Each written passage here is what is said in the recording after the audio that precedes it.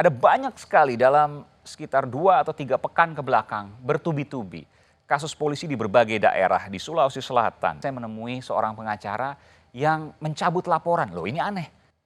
Ini hal yang harus tegakkan karena hukum bukan sekedar memberi sanksi kepada orang, tapi hukum harus memberikan keadilan.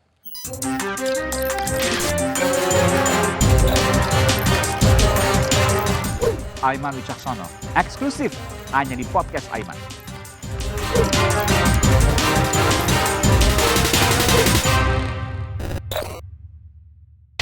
Saudara, berjumpa lagi bersama saya Aiman Wicaksono. Perkenalkan, saya akan berbagi cerita menarik dan berkesan selama penggarapan program Aiman Kompas TV yang belum pernah saya ceritakan sebelumnya. Semua akan saya bagikan eksklusif hanya di podcast Aiman Wicaksono. Baiklah saudara, kita awali perjumpaan kita kali ini dengan mengulas apa yang menjadi motivasi saya dan tim saat melakukan investigasi episode Banjir Kasus Oknum Polisi. Ada apa? Pada saat saya melakukan proses investigasi atau peliputan ini, ada banyak sekali dalam sekitar 2 atau 3 pekan ke belakang, bertubi-tubi, kasus polisi di berbagai daerah di Sulawesi Selatan, di Sumatera Utara, beberapa daerah lainnya. Kemudian ada pula bahkan di Sumatera Utara ada beberapa kasus, di Sulawesi Selatan juga ada beberapa kasus. Kemudian ada kasus-kasus yang lain yang menyita perhatian, termasuk juga soal mobil patroli yang digunakan untuk pacaran. Ada banyak sekali dan semuanya viral di media sosial. Jenderal, ada berapa pelaporan dan berapa banyak yang ditindaklanjuti? Tahun 2021 ini dari data yang kita terima bahwa ada 1.730.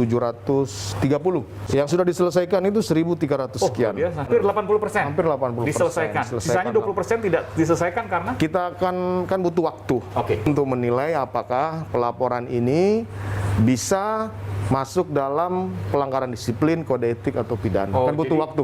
Ada berapa yang ditindak dari 1.730 kasus ini? Hampir kurang lebih 50% yang kita lakukan penindakan. Itu berupa tindakan etik dan ada pidana? 3 proses terkait dengan pelanggaran oleh anggota ini. Ada pelanggaran disiplin, pelanggaran kode etik profesi, dan pelanggaran pidana. Misalnya disiplin apa? Misalnya yang paling banyak misalnya? Seperti yang di Korlantas menggunakan mobil dinas untuk kepentingan pribadi. Itu pelanggaran disiplin. Pacaran kemarin. Tentu menjadi pertanyaan, kok bisa beruntun, berturut-turut dalam waktu yang dekat dan semuanya melibatkan oknum polisi? Tentu ini menjadi pertanyaan. Dan saudara, atas hal ini saya ingin mengetahui langsung dari Kepala Divisi Profesi dan Pengamanan Polri, Inspektur Jenderal Polisi Verdi Sambo. Ada apa sesungguhnya? Termasuk saya juga berjalan menemui pimpinan dari lembaga independen yang mengawasi kepolisian, yakni Komisi Kepolisian Nasional. Paralel, saya melihat ada berapa banyak laporan yang ada di sana. Atas kasus apa? Dan bagaimana kemudian mereka menyelesaikannya, baik dari internal kepolisian maupun lembaga independen tadi, Komisi Kepolisian Nasional. Saya akan menceritakan, saudara, ketika saya melakukan simulasi proses pengaduan melalui aplikasi Propam Presisi. Ini ada di Divisi Profesi dan Pengamanan di Mabes Polri, yang kemudian saya coba utak-atik, ternyata mudah sekali. Hanya mendownload atau mengunduh Propam Presisi, ada di Android atau iOS, lalu kemudian mengisi data kita, NIK dan lain sebagainya, dan menyampaikan keluhan atau laporan terkait dengan oknum polisi. Ingat ya, hanya bisa oknum polisi, nggak bisa oknum yang lain. Karena terkait dengan oknum polisi yang kemudian dianggap melakukan pelanggaran. Lalu saya coba mengisi, tapi saya janjian dulu ke pengelola kantor Propam Presisi tersebut bahwa ini adalah contoh. Dan seketika saya masukkan misalnya laporan dan sebagainya, tentu saya nggak menyebutkan nama karena memang hanya contoh, langsung masuk di sistem dan saya buktikan itu sendiri. Dan mereka langsung memprosesnya. Jadi semua laporan dari masyarakat itu akan terpantau sampai sejauh mana penanganannya dan biro mana yang menangani di seluruh Polda. By digital ya? Mereka By digital. nggak perlu datang minta surat perkembangan, tidak? Nggak perlu. Jadi selain penegakan disiplin kode etik yang keras, Pak Kapolri juga menitipkan bahwa masih banyak anggota-anggota yang berprestasi. Ada pula ketika saya selesai dari kantor Propam Presisi, di luar secara tidak sengaja saya menemui seorang pengacara yang mencabut laporan. Loh, ini aneh. Kenapa dia kemudian melapor lalu mencabut laporan? Apakah ada tekanan? Tidak ternyata. Jadi dia melaporkan itu sekitar setahun yang lalu atau hampir setahun yang lalu kurang lebih. Lalu kemudian dia mencabut laporan karena sudah ditindaklanjuti dan polisi yang dia laporkan karena tidak melakukan penyelidikan dan penyidikan atas kasus yang dilaporkan. Padahal ia yakin betul, sang pengacara ini yakin betul bahwa ada kasus di situ, ada kasus pidana ataupun perdata di situ, tapi kemudian tidak ditindaklanjuti oleh penyidiknya. Lalu kemudian ia laporkan ke Propam dan kemudian berhasil sang oknum polisi, ada beberapa penyidik di lingkup Polda Jawa Barat yang kemudian diberikan sanksi oleh Divisi Profesi dan Pengamanan Mabes Polri, lalu kemudian tidak bisa naik pangkat. Dan sang polisi ini meminta kepada pelapor, sang pengacara tadi, untuk mencabut laporan karena ia tidak akan bisa naik pangkat. Karirnya terhambat. Karena kasusnya sudah jalan, lalu kemudian ada komunikasi, clear, semuanya sudah sesuai berjalan sebagaimana mestinya. Sang pengacara ini pun luluh, lalu kemudian mengamini atau mengiyakan, mengabulkan permintaan dari beberapa oknum polisi ini untuk kemudian mencabut laporan.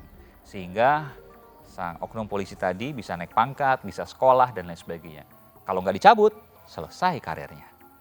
Dan saudara, yang menjadi pertanyaan adalah apakah aplikasi itu efektif dan efisien?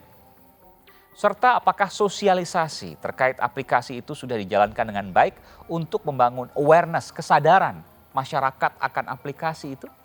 Tentu ini menjadi pertanyaan. Tapi sejauh yang saya lihat memang harusnya cepat. Karena lewat aplikasi nggak ada yang bisa tuh untuk mengintercept atau untuk menggagalkan atau untuk memotong di tengah. Pertanyaannya, apakah sosialisasi ini gencar? Nah, ini menjadi hal yang penting untuk dicermati dan juga menarik bagi publik.